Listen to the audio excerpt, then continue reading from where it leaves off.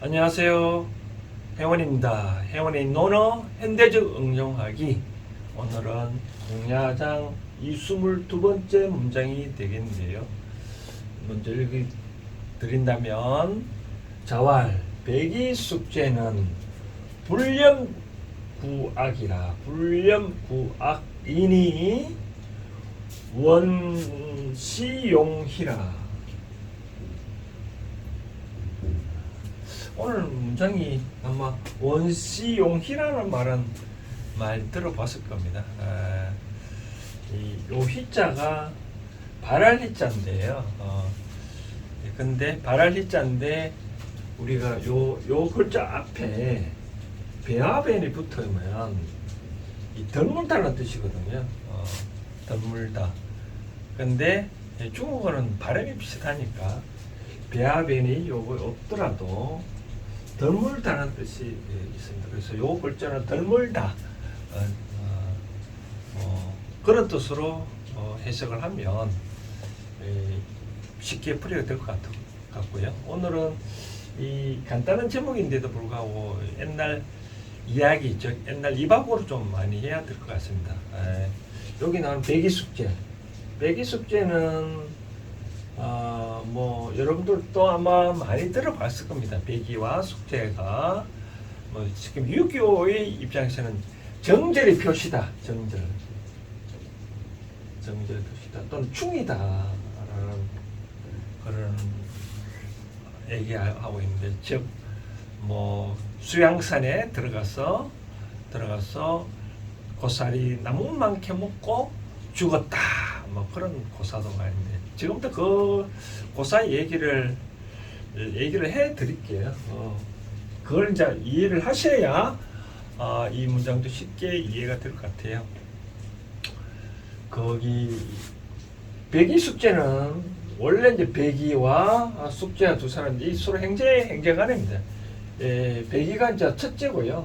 첫째고 숙제가 이제 셋째입니다.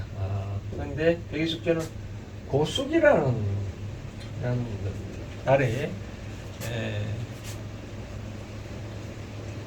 이 왕자인데, 아버지가 가만 생각해 보니까 요 셋째가 좀 더 뭐랄까 현명하고, 지금에서 우리 조선시대에 보면 세종대왕도 충정대군 셋째잖아요, 그렇죠? 그래서 아무리 생각해도 이 숙제가 뭔가 모르게 좀 똑똑했나 봅니다. 그래서 아버지가 셋째한테 왕을 물려주겠다, 왕자리를 물려주겠다 얘기를 했나 봅니다. 그래서 이제 아버지가 죽고 난 다음에 숙제가 왕이 되려고 하는데, 근데 가만히 입장에서 백의 형이 있는데 자기 왕이 한다 하니까 그렇잖아요, 형제지간에. 그래서 백이가 도망가니 숙제도 같이 따라서 도망갔죠. 그러자 어떻게 되면, 그때 우리가 중국에는 이제 하언주가 있잖아요. 하언주 또는 상나라고 얘기를 하는데, 이제 주나라가 결국은 이제 통일을 하는데, 옛날에 이제 주나라의 문왕이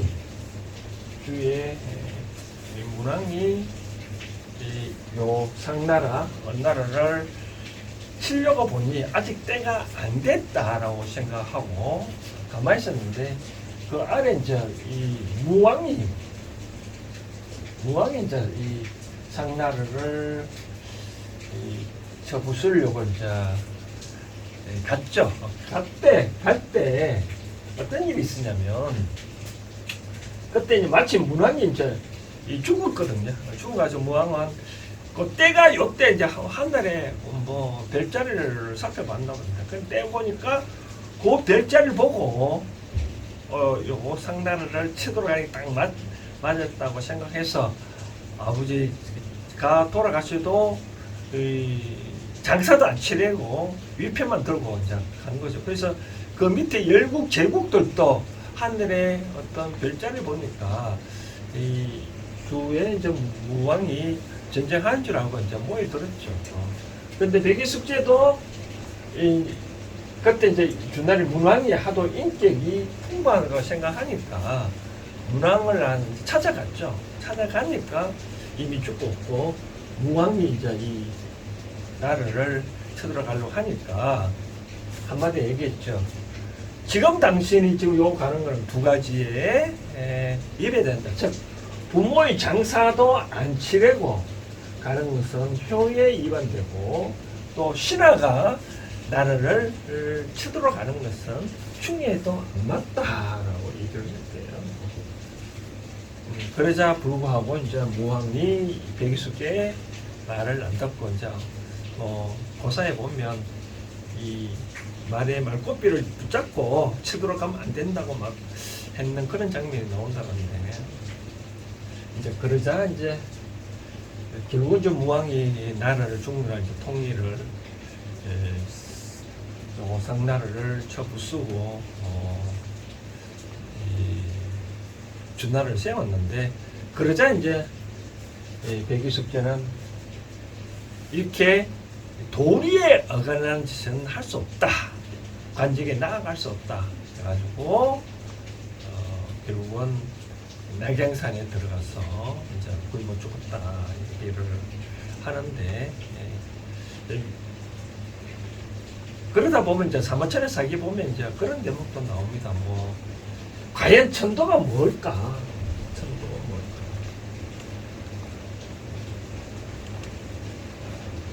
천도가 뭘까? 즉 하늘이 바른 길은 뭘까라고. 백이숙제 같은 분은 이렇같이 충절이 뛰어난 사람은 얘가 굶어 죽게끔 이렇게 하늘이 내버려 두고 도둑이나 등등 그런 사람들은 천수를 다하고 강도도 뭐 천수를 다하잖아요. 그렇죠? 천수를 다하고 죽는데 왜 백이숙제 이렇게 굶어 죽었을까? 어느 것이 천도의 길일까라고 한탄하는 그런 대목도 나옵니다.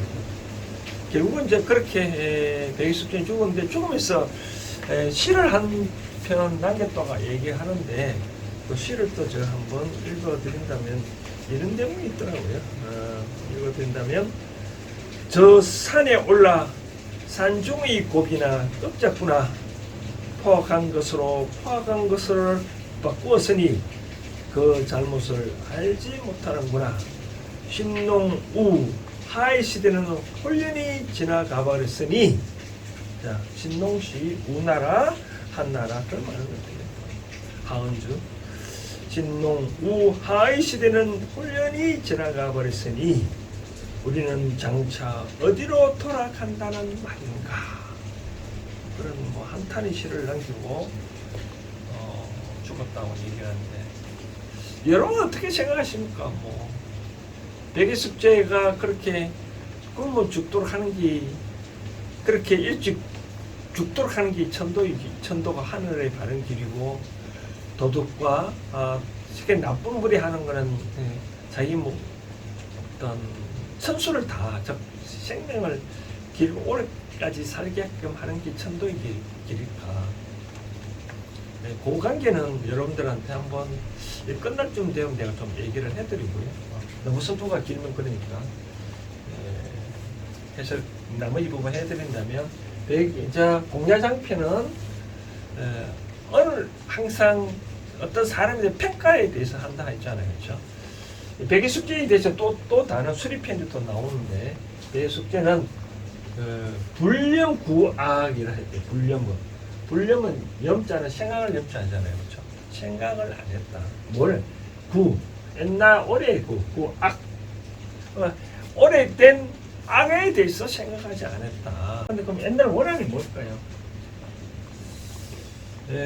그겠죠. 뭐 여기서 문장을 보면 아까 그런 아버지가 이제 왕의 자리를 형한테 백이한테 넘겨줘야 되는데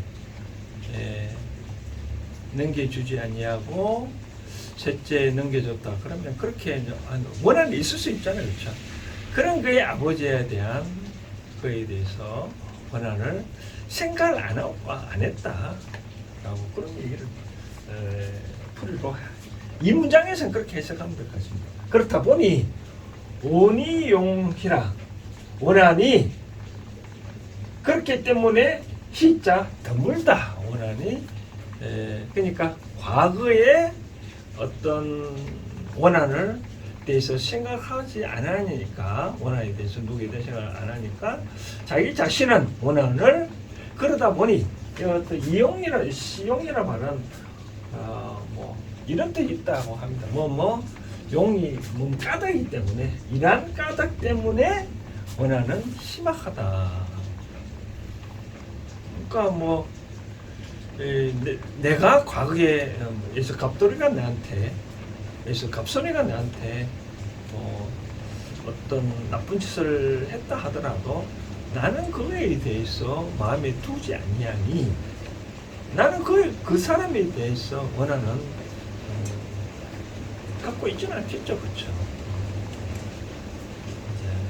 당연하지 않을까요? 생각을 안 하고 있으니까. 과연 그런 사람이 과연 몇 명이나 있을까? 과거에 누가 내한테 잘못된 한 일에 대해서 계속 그런 식으로 갖고 있다 보면 그 사람들은 원하는 감정이 많겠죠, 그렇죠?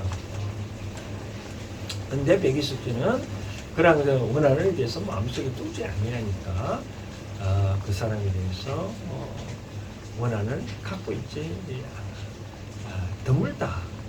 부처님도 그런 얘기를 한 것 같아요. 원한을 원한으로 갚으면 그 원한은 끝이 없다. 그 성경에서는 원수를 사랑하라. 그런데 아마 과거의 성현들은 다 비슷한 생각을 갖고 있나 봅니다. 그런데 이제 이 문장을 이런 식으로 또 해석하는 사람이 있습니다. 어떤 식이냐면, 그러니까 백이숙제는 불륜구학, 즉 자기 자신은 어떤 사람에 대해서 원하는 한 거에 대해서 생각을 품고 있지 아니하니 다른 사람들도 그 사람한테 원한을 적다.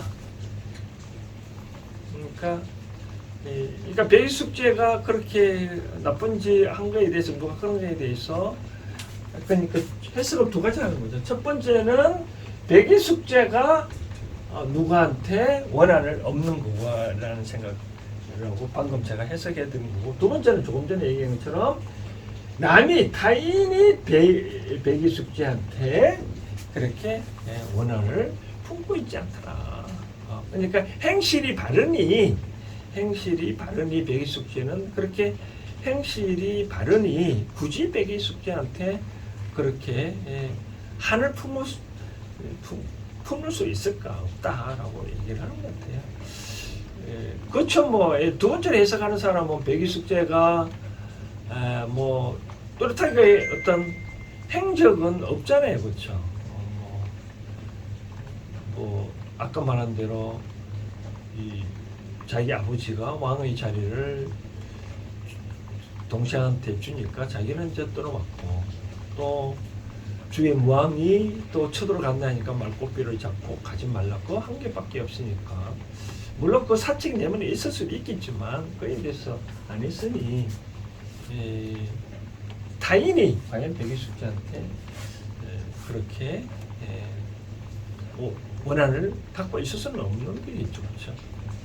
근데 이제 공자께서는 말 그대로 생활 도로를 설명하는 거니까, 제가 첫 번째 해석해 드린 대로 백이숙제는 어떤 다른 사람이, 어떤 사람이 나한테 악을 했다 하더라도 그 악은 옛날 것이니 생각을 마음에 품지는 아니하니 그 사람에 대해서, 그러니까 지용 이것 때문에 품고 있지, 생각을 안 하고 있으니 원한이 드물다, 희박하다라고 얘기를 하는 것 같아요.